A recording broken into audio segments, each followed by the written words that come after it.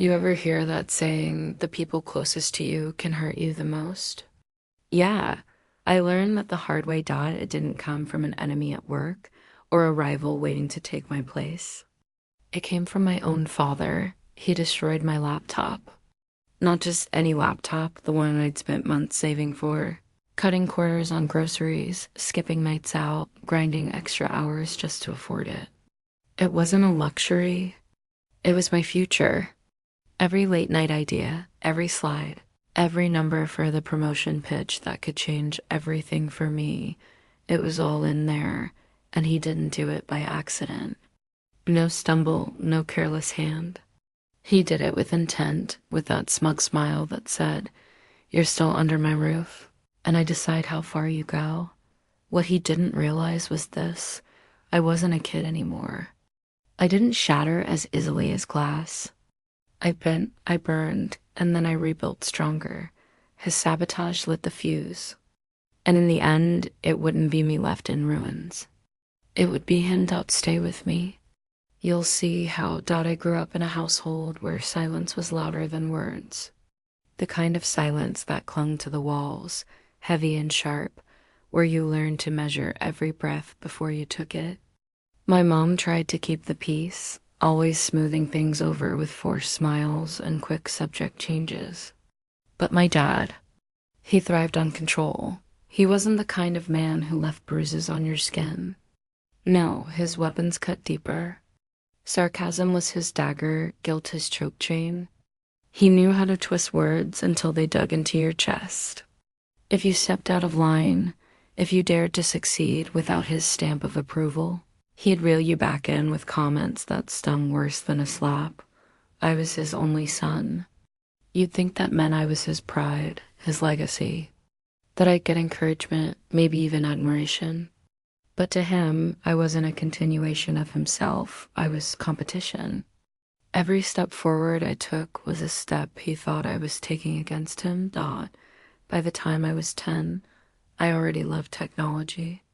I'd take apart radios and old DVD players just to see how they worked.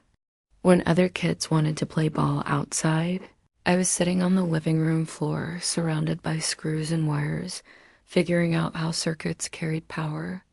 At 12, I built my first PC from a pile of mismatched parts I scavenged from thrift stores and junk sales. I didn't ask my dad for help. I didn't need it. Maybe that was the start of it. Maybe what bothered him most wasn't that I loved tech, but that I didn't need him. By college, I was freelancing, building websites, troubleshooting networks, fixing up rigs for gamers willing to pay.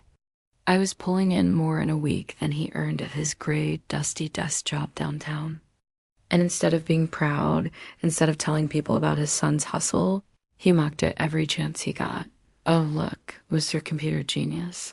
He'd sneer when the Wi-Fi went down. "Bet you can't even fix that." Or, "Money isn't real if it's earned sitting down.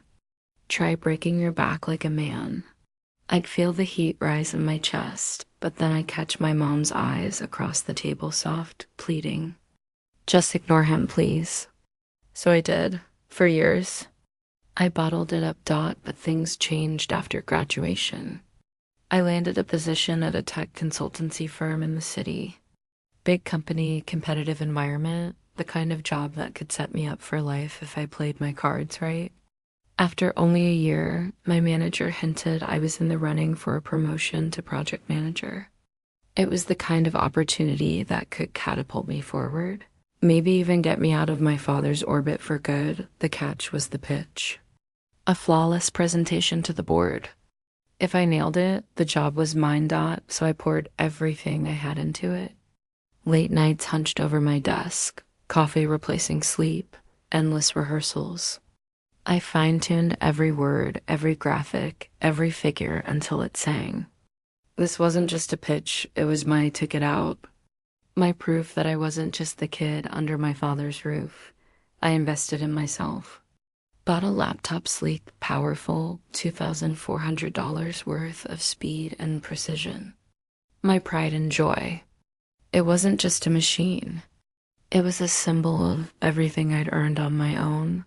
Of course, Dad couldn't let it pass. 2 grand for a toy? He scoffed when he saw it. Idiot, should have bought a used one like a normal person. I ignored him. I had to, but I noticed the way he lingered in the doorway when I practiced my pitch. The way his lips curled into that half smirk when I talked about deadlines. The bitterness in his silence, something was building. A storm I couldn't yet see. And when it finally broke, it would change everything. The betrayal came 2 days before my pitch.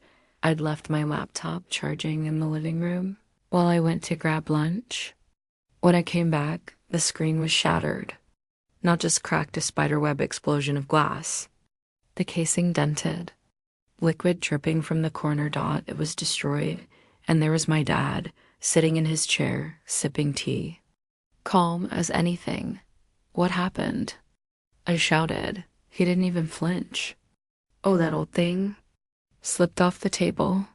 Shouldn't leave your toys lying around. I knew instantly he was lying. That top was nowhere near the edge. It had been on the center of the table. But what broke me wasn't the damage.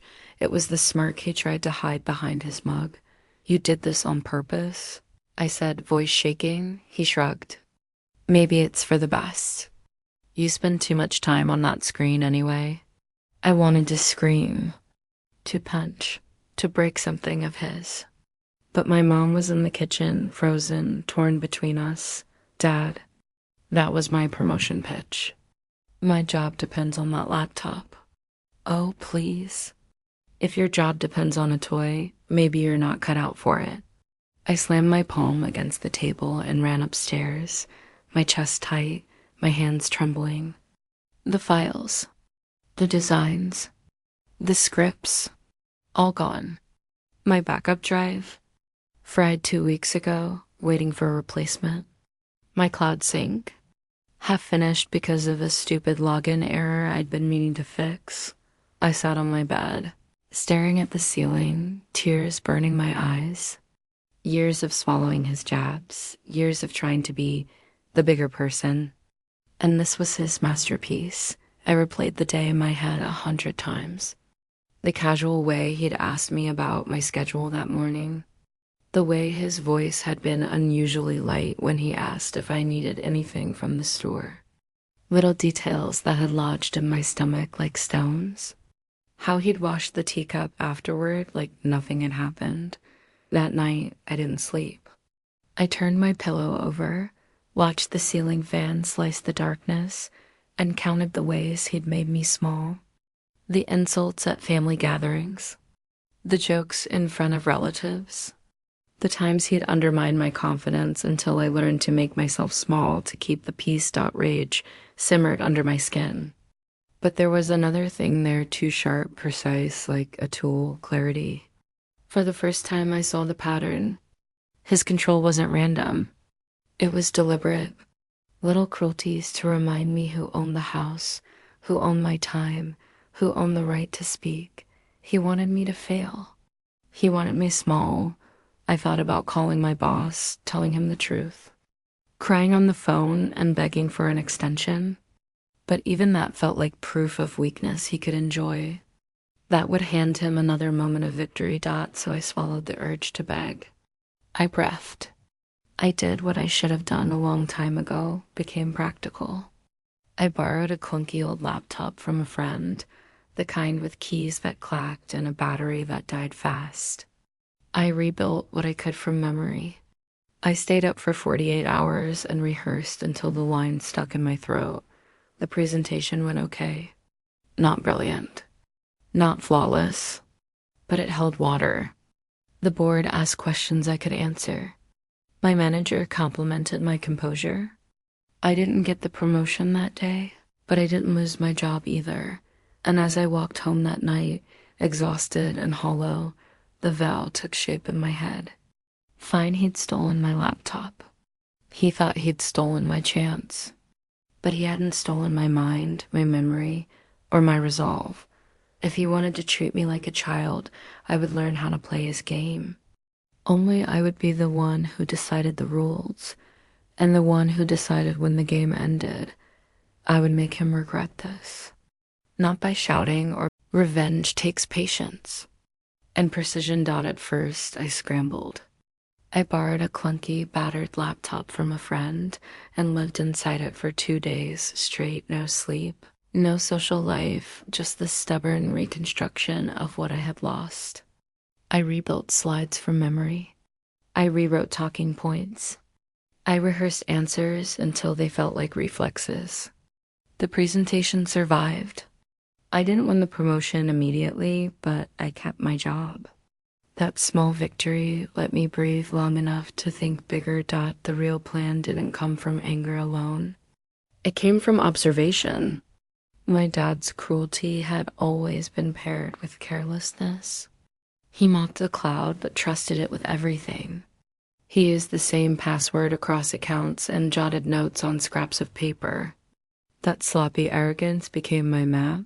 I started small and invisible. When he asked me to fix this or help with that, I accepted and paid attention. He handed me his phone, his tablet, his router, and I treated each request as reconnaissance. I installed monitoring tools that looked like routine updates. Nothing illegal, just utilities that gave me visibility into devices he used. I made copies of receipts, screenshots of confirmations, little breadcrumbs that would be meaningful later. I also collected his voice. Not recordings he would notice, but fragments, voicemail transcriptions, careless mutterings caught when he left his phone near the sink, moments that revealed his secrets. Every joke he muttered about coworkers, every bitter aside about paying the tax man, balanced against receipts he'd tossed in the drawer. Everything fit together like a puzzle. Months passed. My life continued: work, evenings writing code, weekends pretending everything was normal. But in private, I connected dots. There were gambling charges he denied, a string of transfers to an online account under a name he never mentioned. There were reimbursements filed at work for trips he didn't take. There were emails he deleted that referenced meetings with a woman half his age. Nothing illegal, necessarily, but more than enough to fracture a reputation built on quiet respectability. The crown jewel of my discovery happened by accident. While running a small automation script to archive family photos, the script slipped past a folder named Private on his backup drive. Inside was a collection of pictures he'd never intended to keep, late-night selfies with lipstick smudges, screenshots of flirty texts, and a Word document with short, cruel notes about people at the office. Those notes were venomous, petty, and perfectly humiliating when taken out of context. That folder was the key. I didn't revel in it. I cataloged it. I fingerprinted it. I copied everything to secure locations, encrypted and labeled, then set it aside. The aim wasn't mere exposure, it was timing, optics, and inevitability. To destroy someone like him, you don't shout. You orchestrate coincidences that look like fate. So I built the dominoes. I wrote emails that looked like forwarding errors. I drafted social posts that read like what an angry whistleblower would say, then signed them with anonymous accounts. I prepared copies of his receipts tied to office expenses and arranged to send them to HR with calm, bureaucratic wording that couldn't be dismissed as hearsay. I prepared an anonymous package for his sister, carefully constructed but deniable. I created a timeline so that every piece would land just so. I tested the system in small ways, first an anonymous tip to a friend, a blurred photo posted from a throwaway account watching reactions, measuring how quickly trust evaporated, refining language until responses matched the pattern I expected. There was a psychological edge to this too. Humiliation would hurt him worse than money. He was the kind of man who would rather hold debts in private than have neighbors whisper. So the plan centered on public perception, the office, the family chat, the neighbors who already believed half-truths. I aimed to turn whispers into wide, staring silence, but I waited. Patience was part of the punishment. Every family dinner where he bragged, every joke at my expense, I filed away like a receipt. Waiting sharpened my focus instead of burning it out. I let him live comfortably while the machine stood ready in the dark. When the moment arrived, it would not be a sudden explosion, but a slow, undeniable collapse, fate, not malice, dictating his fall. I wanted people to say he'd always been that way, as if I had merely opened a door that had been stuck for years. That would be the most devastating thing of all. His carefully curated image peeled away by the small truths he'd buried. With no one left to vouch for him, I rehearsed the timing, visualized reactions, and prepared to watch the social architecture around him crack. The slow reveal would be surgical, inevitable, and utterly merciless in its quietness, and final dot, the trigger came 6 months later, dinner table. He mocked me again, louder than usual, called me the boy who plays with toys in front of my cousins while he waited for the laughter like applause. The room went quiet but for the clink of cutlery. My mother's hand trembled around her teaspoon. Her eyes met mine, please, she mouthed. I felt that old rush of heat, the memory of 1,000 small humiliations. For a moment, my mouth filled with a dozen sharp replies. I could have erupted. I could have taken him by the collar and torn his smirk into confetti. I didn't. I smiled. It was slow and deliberate, the kind that pretended to be gentle but carried a blade. You're right, Dad, I said. I do play with toys. Let me show you one. I excused myself, pulled my phone from my pocket, and tapped the sequence I'd rehearsed 100 times. His phone buzzed. Then again. Notifications stacked up, a forwarded email with attached receipts, a screenshot of his gambling account showing withdrawals, a cropped photo with lipstick on his collar, an HR forwarded note suggesting audit. The sound of his chair scraping was too loud. The cousins' phones chimed. One opened a message and gasped. Another passed along a PDF of expense claims tied to trips he hadn't taken. Eyes shifted. Phones were shared. Whispers sharpened into pointed looks. Dad, I said, voice steady, looks like your toys are broken too. Chaos followed. My mother demanded explanations with a voice that trembled. My aunt stared as if someone had handed her a new version of him she didn't recognize. Someone called it R. The call felt like a verdict. He tried to explain, blame a hacked account, blame a mistake, but his words were thin. His phone wouldn't stop. Messages from colleagues asking for clarification. Evidence funneled to legal. Within hours, his manager sent a terse email. Do not come in tomorrow. Within a day, he was suspended pending investigation. The gambling site froze his account after an anonymous tip. Friends texted, then disappeared. He sat there, collapsing inward until the color drained from his face. The man who had wielded silence like a weapon had no words left. He looked at me, searching for mercy. I felt a strange calm. Revenge, I'd learned, is surgical, not explosive. I had not ruined him with noise. I'd pried the doors he'd closed and let the light show what was inside. I finished my tea, set the cup down, and met his eyes. I let everyone see it. He folded like a letter, small and unreadable, and the room felt impossibly large afterward. In the weeks that followed, my dad unraveled piece by piece.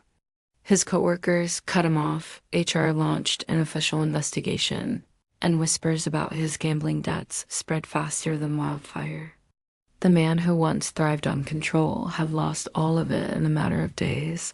Old friends stopped answering his calls. Even family members who used to hang on his every word now avoided him. My mom. She finally admitted what she'd been denying for years, that he wasn't just difficult, he was toxic. She packed a bag and moved in with her sister, saying she needed space to breathe. Meanwhile, I poured myself into work. My boss pulled me aside not long after. If you can keep your head straight through that kind of storm, he said, you're ready for more responsibility. The promotion was mine. Do I ever feel guilty? Sometimes. Blood ties don't dissolve overnight.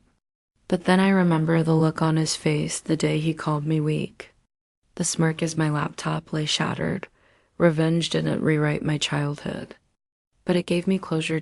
So I'll ask you, was I justified or did I cross a line? What would you have done?